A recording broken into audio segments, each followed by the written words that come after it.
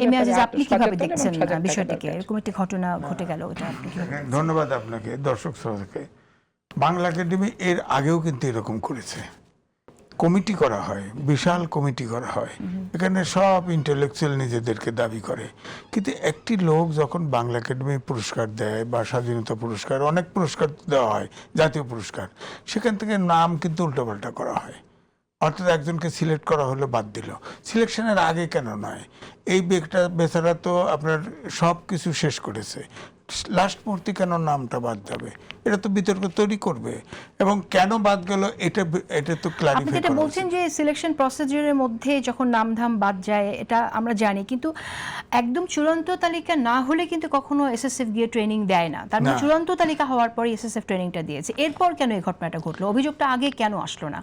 না, এরকম হয়েছে, আমার নাম মনে নাই, কিন্তু আমি জানি যে এরকম নাম হয়ে গেছে, তার আপনার নাম কেটে দেওয়া হয়েছে, এরকম আছে বাংলা একাডেমিতে।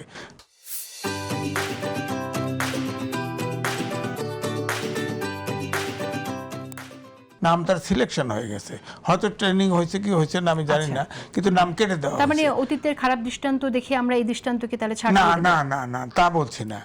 এইটা তো একটা জাতীয় পর্যায়ে যেগুলো, এটা তো একটা ধরেন যেসব পদক দেওয়া হয়, ন্যাশনাল পদক, এটা তো প্রেস্টিজিয়াস, সেখানে একটা জাতীয় কমিটি করা হবে, এই বিবেচনাটা করা উচিত ছিল তো।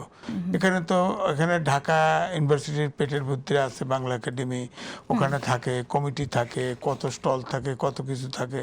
এখানে পুরস্কার, যে বাংলা একাডেমি পুরস্কার দেওয়া হয়, হ্যাঁ, আপনার নাম সিলেকশন করলেন, তার ট্রেনিং হয়ে গেল, সব হয়ে গেল, নাম পরে বাদ দিলেন বা তাকে পুরস্কার দিলেন না, এটা তো শুধু বাংলাদেশে না, এটা তো স্ক্যান্ডাল বাইরেও হবে। এগুলো না হয় ভালো ছিল।